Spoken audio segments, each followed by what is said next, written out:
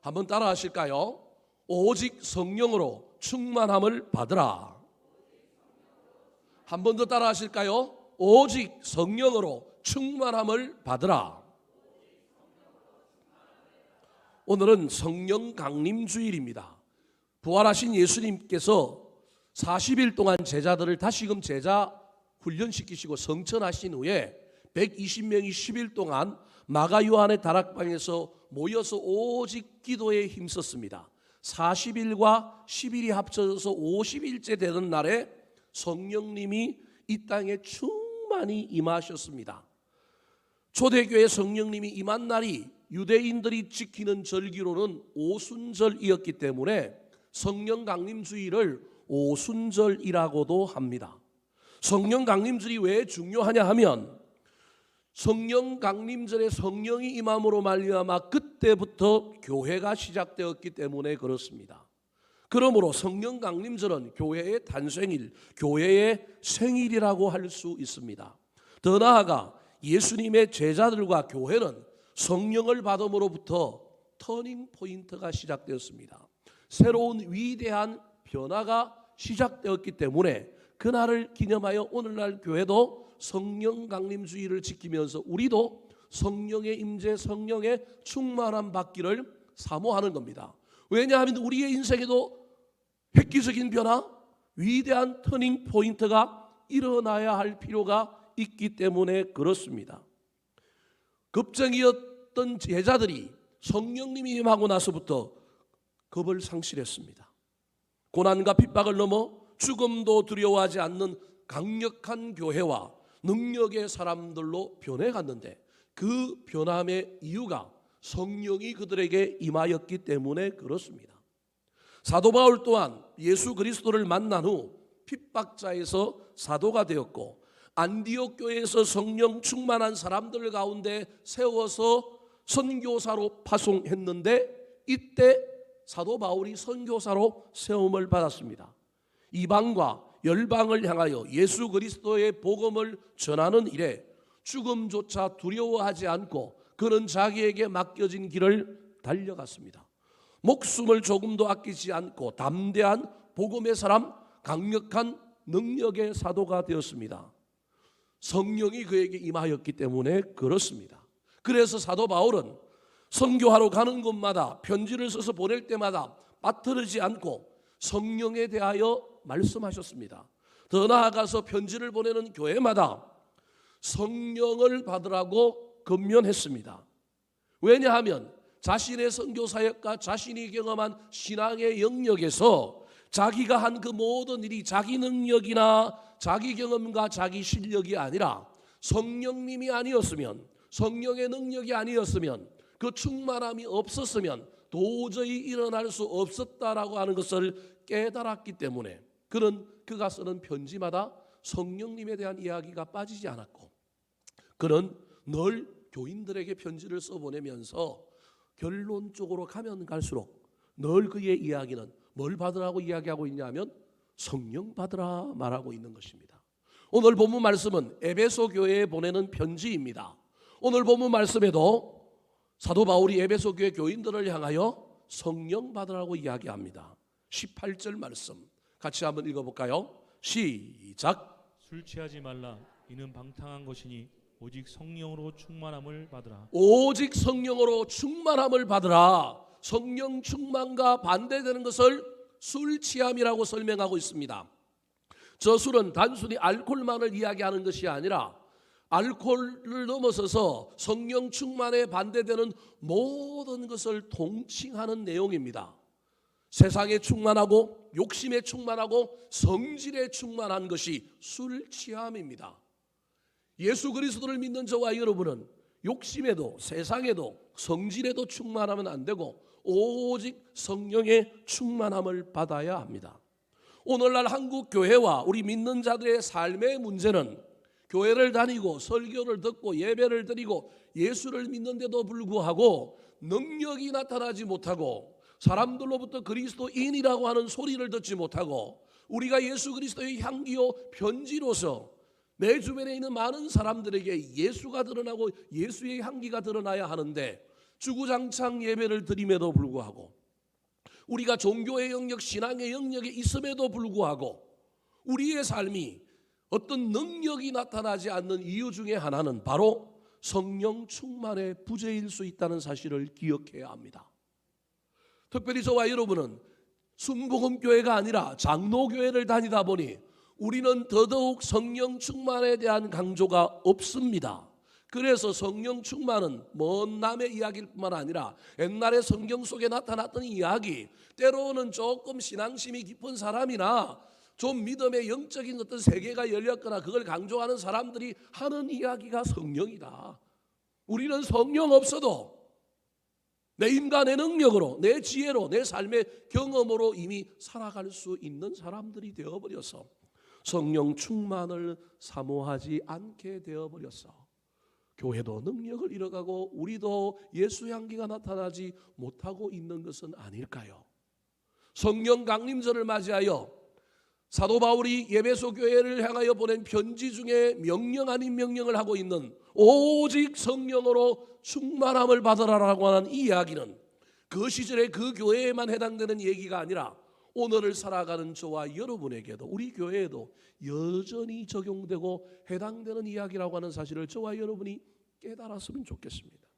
내 인생에 해결되지 않는 문제, 자주 넘어지는 문제, 능력이 나타나지 않는 이 문제들 앞에서 내 힘과 내 능력, 내 경험과 지혜만을 동원하지 말고 때로는 영적인 신비가 있음을 알고 또 다른 놀라운 세계가 있음을 알고 우리 주님 앞에 사모함으로 나아가서 주님, 내게도 성령을 주시옵소서, 충만함을 입혀 주시옵소서. 그래서 그 충만의 결과가 어떤 것들을 만들어내는지, 어떤 놀라운 일들이 일어나는지를 경험하고 그 경험 때문에 더욱더 사모하며 나아가는 저와 여러분이 되었으면 좋겠습니다.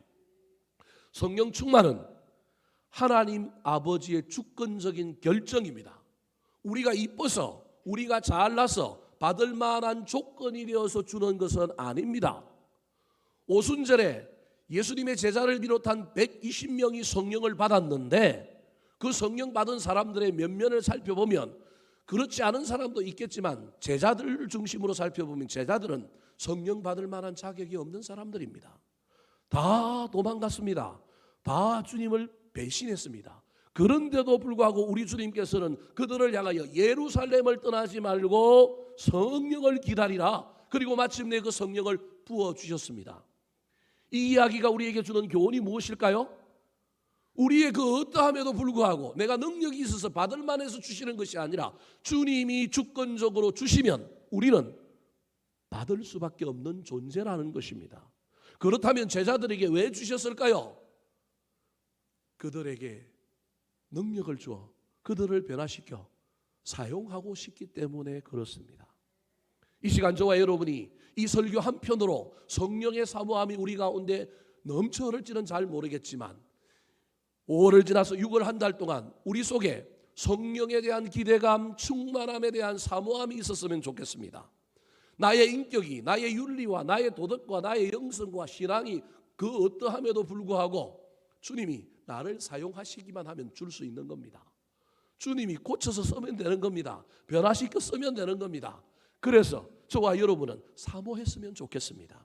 간절히 사모하는 자에게 주십니다. 주심은 주님의 주권적인 은혜지만 사모하는 자에게 줄 가능성이 훨씬 더 많습니다. 기도하는 자에게 줄 가능성이 많습니다. 거룩한 자에게 줄 가능성이 많습니다. 저와 여러분이 그동안에는 성령의 능력 의지하지 않고 내 힘과 내 능력으로 살아왔다고 한다면 이제 사모함으로 우리도 성령 충만함을 입어서 그 능력의 어떠함을 경험하고 그 놀라운 삶이 어떠한 것인지를 경험하여 이제는 내 힘과 내 능력으로 내가 자가 발전기를 돌리고 내가 엔진을 돌려서 가는 것도 있지만 성령의 바람에 저와 여러분이 돛을 달고 인생의 바다 위를 멋지게 운행하고 항해해가는 저와 여러분이 되기를 예수님의 이름으로 축원합니다. 그렇다면 왜 우리는 성령 충만을 받아야 할까요? 오늘 목사님 왜 저렇게 계급품을 물고 성령 충만에 대한 이야기를 할까요? 장로교회인데 순복음 교회도 아닌데 왜 성령 충만이 그렇게 중요하고 그 능력을 경험해야 되고 그것을 사모해야 된다고 이야기할까요?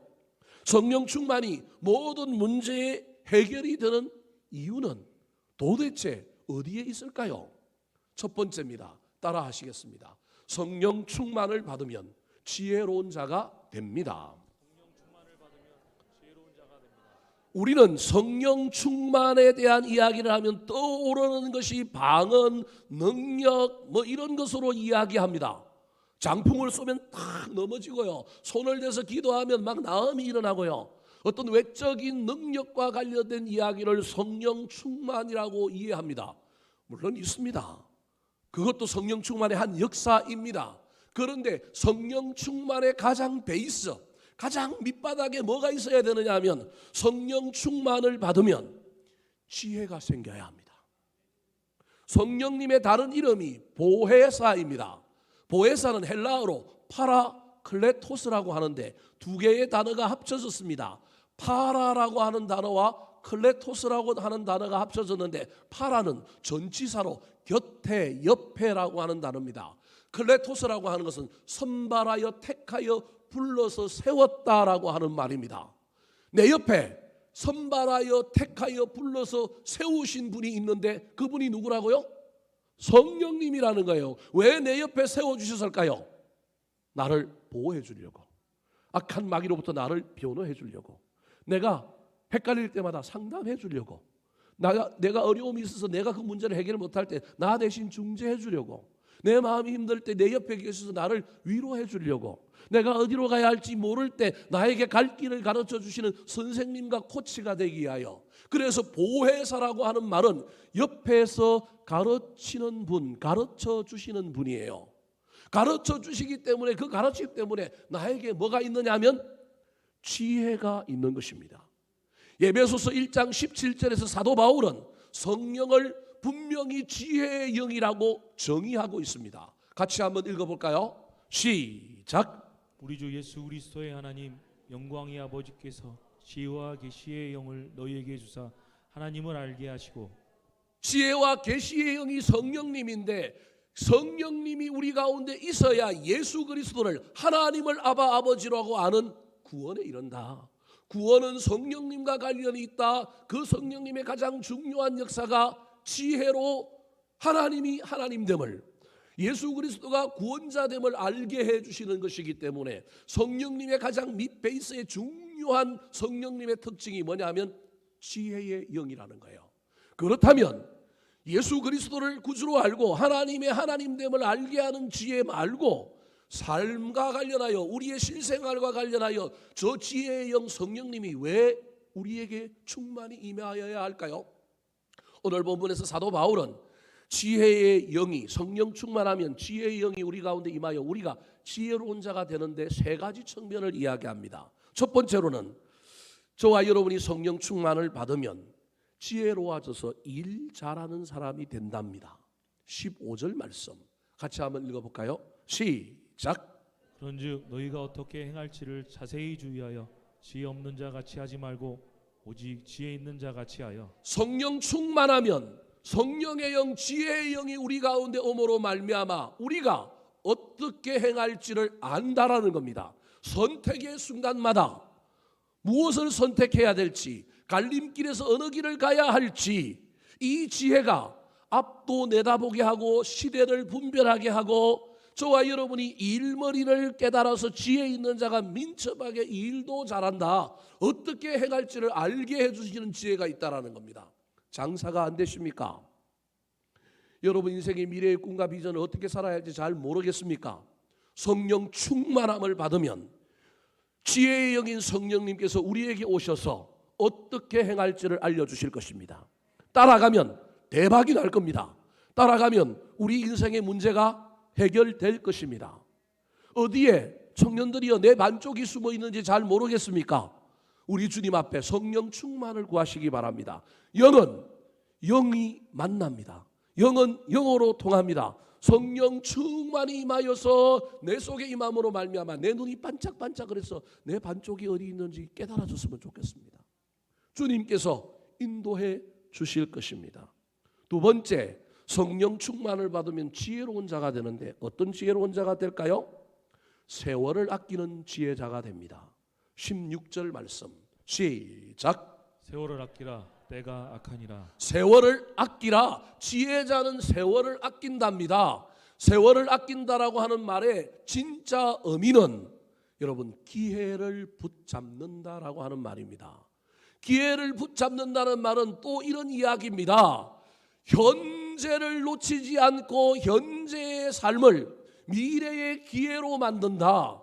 성령이 충만한 사람은, 성질 충만하고 욕심 충만하고 세상 충만한 사람은 나에게 펼쳐진 상황과 지금 내 앞에 있는 사람이 마음에 들지 않으면 입이 대빨이 나와가지고 원망하고 불평하며 살아가는데, 성령 충만한 사람은 현재 나에게 펼쳐진 상황을 하나님이 주신 것으로 이해합니다.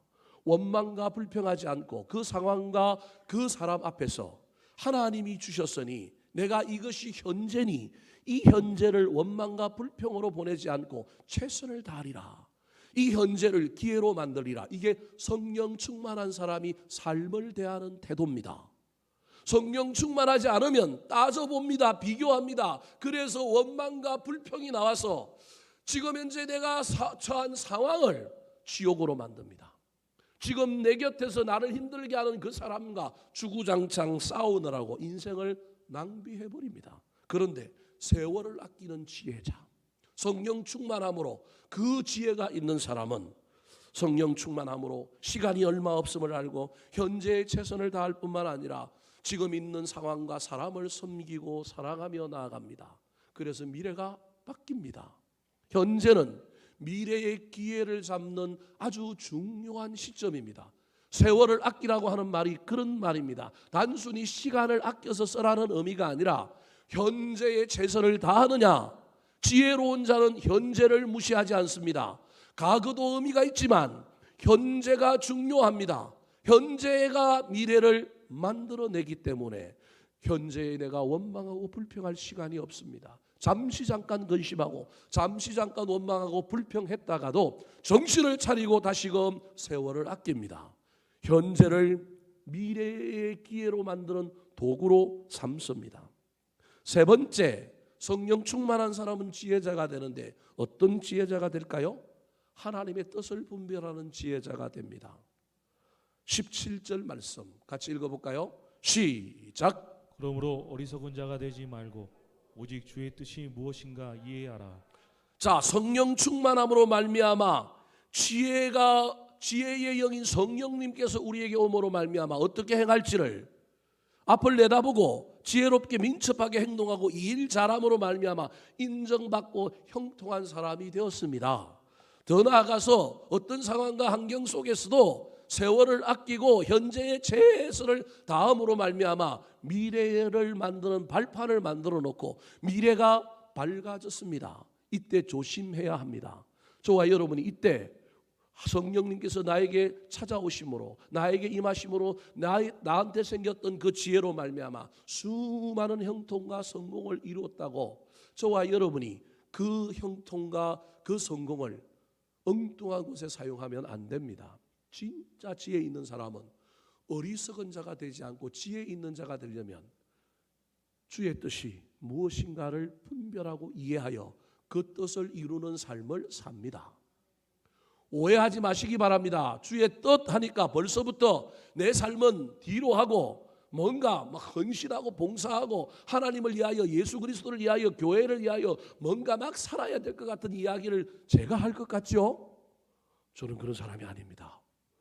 오해하지 마십시오.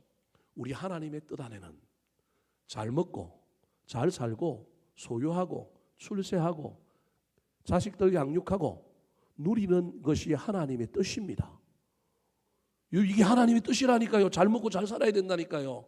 성공해야 된다니까, 출세해야 된다니까요. 안 해도 또 하나님의 뜻이지만 하나님의 뜻이 이런 거예요. 제가 하나님의 뜻이라고 이야기할 때 다른 걸 이야기하려고 하는 게 아니라 이런 것이 하나님의 뜻이라니까요. 그런데 진짜 지혜로운 사람, 성령님께서 우리 안에 들어와서 지혜의 영이 있는 사람은 일반적인 하나님의 뜻에 플러스 알파를 생각할 수 있는 사람이라는 거예요. 요걸 전부 없애고 플러스 알파만을 위하여 살아가는 것이 아니라 저와 여러분이 이 땅에서 성령 충만하여 소유도 하고 누리기도 하고 출세도 하고 여행도 가고 집도 넓히고 차도 큰 차를 사는 것이 하나님의 뜻이지만, 하나님이 나에게 지혜를 주셔서 일 잘하는 지혜를 주시고, 하나님께서 나에게 지혜를 주셔서 현재를 상경을 뛰어넘는 놀라운 삶의 태도를 주셔서 위기를 기회로 만들고 내 삶의 놀라운 미래를 준비하는 일들을 하게 하여 나에게 찾아온 형통이 있을 때, 그 형통 속에 플러스 알파를 생각할 수 있는 사람이 더 성령 충만한 사람이라는 거예요. 기존의 걸 버리라는 게 아니라 그것을 기반하여 플러스 알파, 하나님이 나에게 왜 이걸 주었을까, 이걸 주신 이유가 무엇일까를 깨닫고 그 일을 위하여도 저와 여러분이 섬기고 봉사하고 그 뜻을 이루려고 노력하는 삶을 살아야 한다는 겁니다.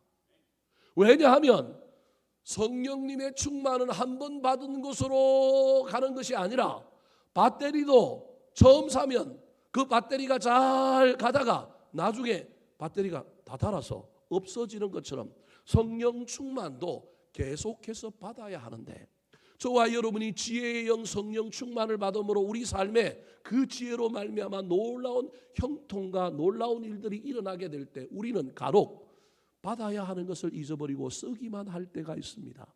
받은 충만함을 가지고 썰기만 할 때가 있습니다. 그때 저와 여러분은 자꾸 잊어버립니다. 감사한데 왜 이걸 주셨을까? 잘 먹고 잘 살라고, 자식들만을 위하여 이걸 쓰라고만 주셨을까? 그래서 간혹 머리에 전구가 반짝반짝해서 주의 뜻, 주의 뜻, 이게 저와 여러분의 삶에 있어야 합니다. 성령 충만한 사람은 이게 있습니다. 성령 충만한 사람이 전부 이 일만을 위하여 내 재산 팔고 바울처럼 선교사 나가고 저처럼 목사가 되라는 이야기가 아닙니다. 일상의 삶에서 주의 뜻을 이루며 사시기 바랍니다. 그런데 그 주의 뜻 속에 한 번씩 전구가 반짝반짝하여 하나님의 또 다른 뜻이 있다라는 것을 깨닫는 사람, 그 사람이 성령 충만함을 잊어버리지 않는 사람입니다. 성령 충만함을 상실하지 않고 그것을 붙들고 가는 사람입니다.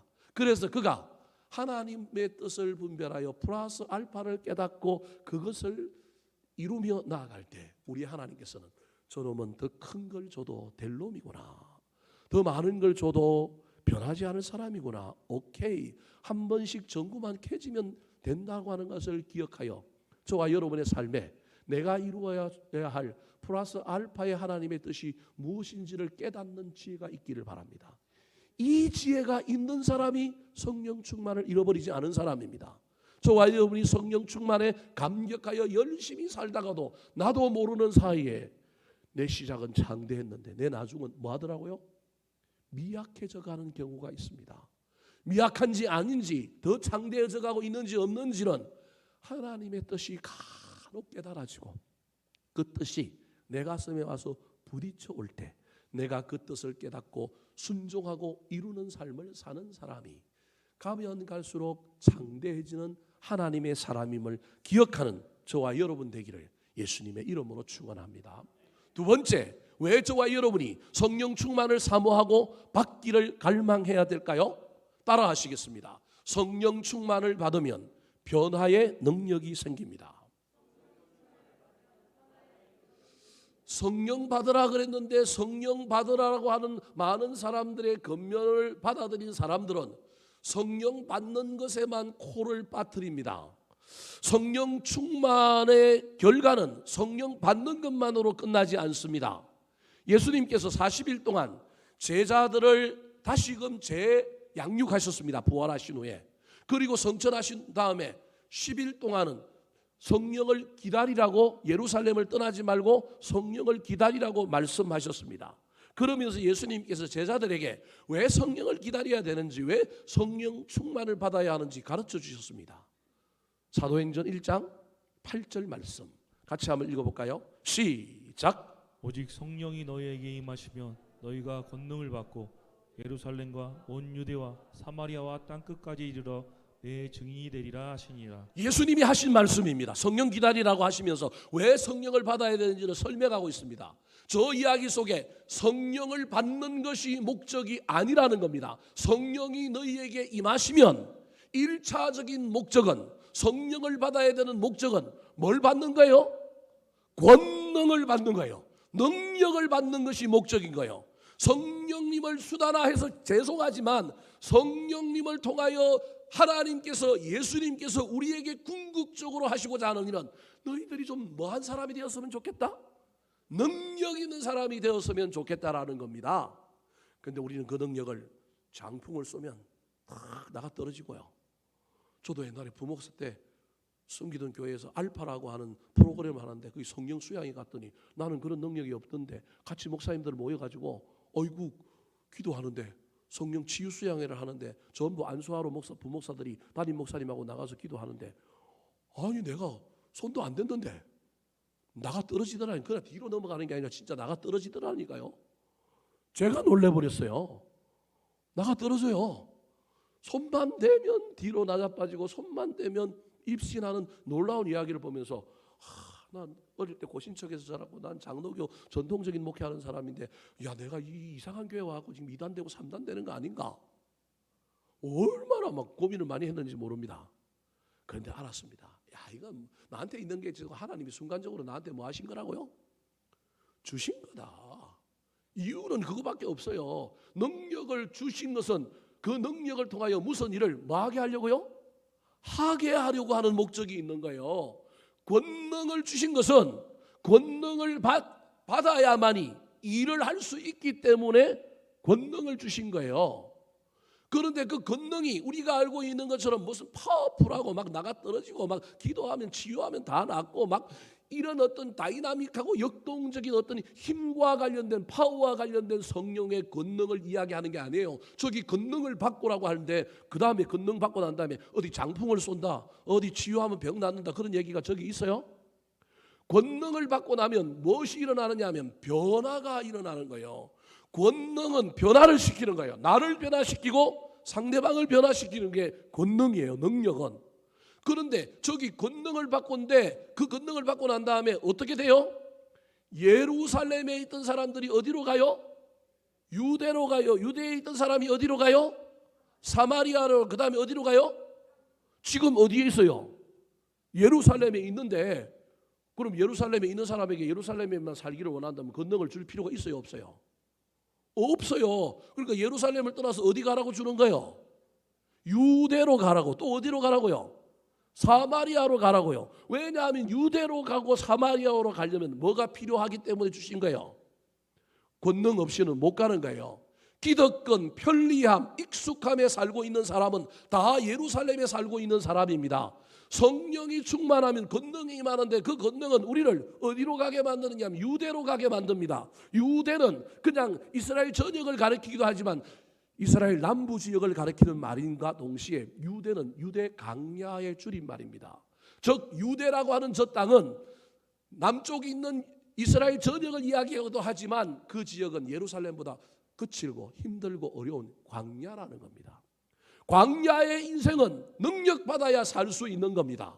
유대를 지나서 어디로 가야만이 가야 되느냐 하면 사마리아로 가야 되는데 권능 없으면 못 갑니다. 이때 이 권능은 용서의 권능인 거예요. 사마리아는 혼혈민족으로 유대인들은 이곳은 가기를 꺼려했습니다. 인간 취급은 안 했습니다. 그 땅을 밟는 것만으로도 자신들이 정결하지 못하게 된다고 생각했습니다. 그래서 아무도 사마리아 땅을 가지 않고 둘러서 갔습니다. 그런데 성령이 임하시면 권능이 생기면 용서하는 능력이 생긴 겁니다. 내 마음의 변화가 포용과 수용으로 변한 겁니다. 저들을 사랑할 수 있는 사랑의 권능이 생긴 겁니다. 심지어 타문화권 어디까지 가요? 땅끝까지 가는 이게 변화예요. 권능은 능력은 변화예요. 성령님이 우리에게 임하셨다. 첫 번째 베이스가 지혜라고 한다면 두 번째 성령의 충만의 역사는 뭐냐 하면 변화가 일어나는 거예요. 내가 변화가 일어나고 상대방이 변화가 일어나고 내가 살고 있는 관계의 영역에서 뭐가 일어나냐면 변화가 일어나는 거예요. 그래서 성령을 받으라고 하신 1차적인 목적은 뭘 받기 위하여요? 권능을 받기 위하여 2차가 그 권능 받아서 지역적으로도 넓혀가지만 관계의 영역에서도 넓혀가지만 궁극적으로 어디 있든지 무슨 삶을 살라고요? 정인의 삶을 살라고요. 그 말은 나를 통하여 예수 그리스도를 본다라는 거예요. 다른 사람이 나 때문에 예수 그리스도를 안다라는 거예요. 우리는 저 정인을 뭐라고 이해했느냐 하면 예수 믿으라 복음 전하는 것으로 정인이라고 그동안 배웠지만 단순히 그걸 넘어서는 삶에 대한 이야기가 저기 있는 거예요. 네가 예루살렘에 있어도 예수가 보여야 하고 유대 땅에 있어도 예수가 보여야 하고 사마리아 땅에 있어도 너를 통하여 사람들이 예수를 보아야 하고 네가 땅 끝에 있어도 타 문화권에서 정말로 음식도 안 맞고 사람들도 저 아무도 아는 사람 없는 그곳에서도 그래서 네 삶이 너무 고달프고 힘들지만 너는 그곳에서도 내 삶을 통하여 예수를 보여주는 사람이다. 다 까먹어도 좋습니다. 성령 충만 받으면 권능을 받는데 주님께서 우리에게 권능을 주시는 이 권능이 변화라고 하는 사실을 기억하시기 바랍니다. 오늘 본문에 성령 충만을 받으면 세 가지 영역에서 성령 충만 받은 사람에게 변화가 일어난답니다. 첫 번째 변화가 예배의 변화입니다. 19절 말씀 같이 읽어볼까요? 시작. 시와 찬송과 신령한 노래들로 서로 화답하며 너희의 마음으로 주께 노래하며 찬송하며 시와 찬송과 신령한 노래로 나 혼자 예배 드리지 않고 서로 뭐하면요? 화답하며 너희 마음을 다하여 주께 노래하며 찬송한다라는 거예요. 예배가 감동적이고 예배에 놀라운 은혜가 일어나는 유일한 방법은 성령 받는 거예요. 성령이 충만히 임하면 예배가 바뀌는 거예요. 사랑하는 성도 여러분, 지금 여러분의 예배는 어떻습니까? 감격적입니까? 드리고 있는 예배입니까? 보고 있는 예배입니까? 여러분의 예배를 살펴보는 가운데 내가 지금 성령 충만한지 성령의 충만함이 희미해져 가고 있는지 잘 살펴보시기 바랍니다. 성령 충만한 사람은요, 내 내면을, 내 영혼을 변화시켜서 내가 성령 충만함으로 말미암아 내 영혼이 변화되어 내가 감격적인 예배를 드린다니까요. 우리는 예배를 집례하는 목사님이 예배의 분위기가 찬양팀이 나를 감동시켜야 예배가 감동적인 예배가 된다고 생각하는데 진짜 감동적인 예배는 누가 변한 거라고요? 내가 변한 거라니까요. 우리 교회 교인들 중에 99.9%가 오늘 예배의 은혜를 못 받는데 내 내면이 뒤집어져 가지고 큰 성령 충만으로 은혜 받았더니 나는 그 예배에서 뭘 누리고 갔느냐 하면 은혜와 감동을 누리고 가는 거예요. 여러분, 상황과 환경이 우리를 옥죄기도 하고 우리를 규정하기도 하지만 내가 상황과 환경을 뛰어넘기도 합니다. 상황과 환경을 뛰어넘게 하시는 분이 누구냐 하면 성령님입니다. 그래서 성령 충만한 사람에게는 예배의 변화가 나타난다는 사실을 기억하시기 바랍니다. 예배의 성공이 모든 인생의 성공이니 성령 충만하여 예배가 변하였으니 우리 인생이 어떻게 될까요? 차츰차츰 달라지지 않겠습니까? 안 달라지면 우리 기독교는 가짜예요. 우리 예배는 진짜 억울한 예배로 여러분은 다 손해보고 앉아 있는 거예요. 왜 여러분이 예배를 드립니까? 이 예배가 우리 인생을 바꿀 것이고 우리의 삶에 놀라운 변화를 일으키지 않겠습니까? 성령 충만하면 예배자의 마음이 변하여 예배가 성령 충만한 감동의 예배가 된다는 사실을 기억하시기 바랍니다. 두 번째 성령 충만한 사람은 권능을 받아서 변화를 일으키는데 두 번째 변화가 무엇일까요? 따라 하시겠습니다. 감사하는 삶의 태도의 변화. 첫 번째가 예배의 변화라고 한다면 두 번째로는 삶의 태도의 변화, 즉 감사의 변화입니다. 조금 전에 성령 충만한 사람의 특징 중에 첫 번째가 베이스로 지혜자가 된다고 말씀드렸습니다. 그리고 성령 충만한 지혜자에게 세 가지 특징이 나타나는데 그 중에 하나가 일 잘한다. 두 번째가 뭐라고요? 다 까먹었어요? 세월을 아낀다. 세 번째가 뭐라고요? 하나님의 뜻을 분별하여 전구가 깜빡깜빡해져 갖고 그 뜻 이루더라. 그럼 우리 하나님의 뜻이 뭘까요? 에베소서 5장 16절로 18절 말씀 같이 읽어볼까요? 시작. 항상 기뻐하라 쉬지 말고 기도하라 범사에 감사하라 이것이 그리스도 예수 안에서 너희를 향하신 하나님의 뜻이니라. 이것이 너희를 향하신 하나님의 뜻이다. 이것이 어디를 받을까? 기뻐하라, 기도하라, 감사하라, 셋 다 받는다 아니고 18절 앞에 있는 것만 받는다. 그래서 성경학자들끼리 서로 싸웁니다. 싸우라고 내비두십시오. 우리는 뭐든지 다 받는다고 여기면 되지 않겠습니까? 세 개 다 받든 뭘 받든지 간에 오늘 본문과 관련하여, 오늘 설교와 관련하여 우리 하나님의 뜻은 우리가 뭐하며 사는 거라고요? 감사하며 사는 거라니까요. 그런데 저와 여러분의 삶이 감사하며 사는지, 원망하며 사는지, 불평하며 사는지 잘 살펴보시기 바랍니다.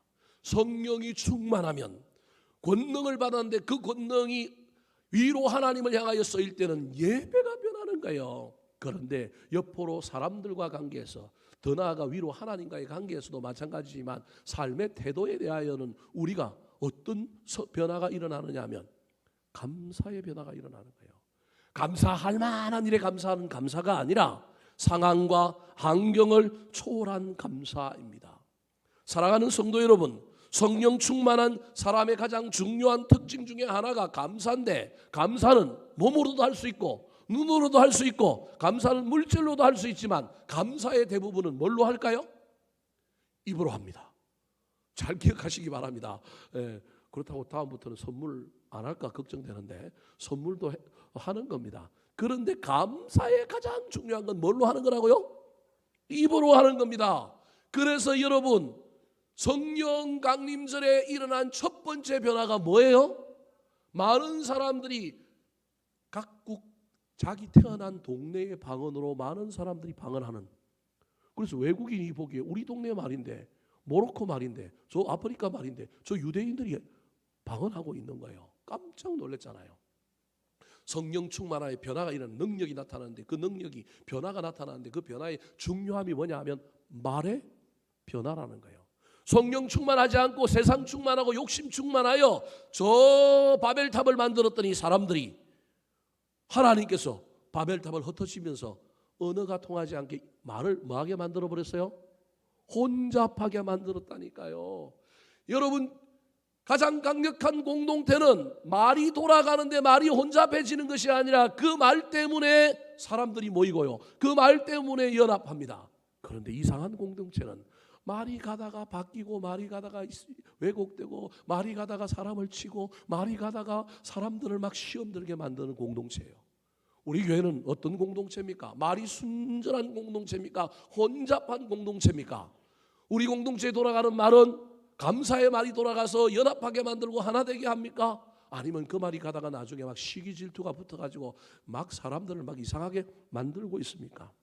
사랑하는 성도 여러분, 저와 여러분의 입에 감사가 넘쳐났으면 좋겠습니다.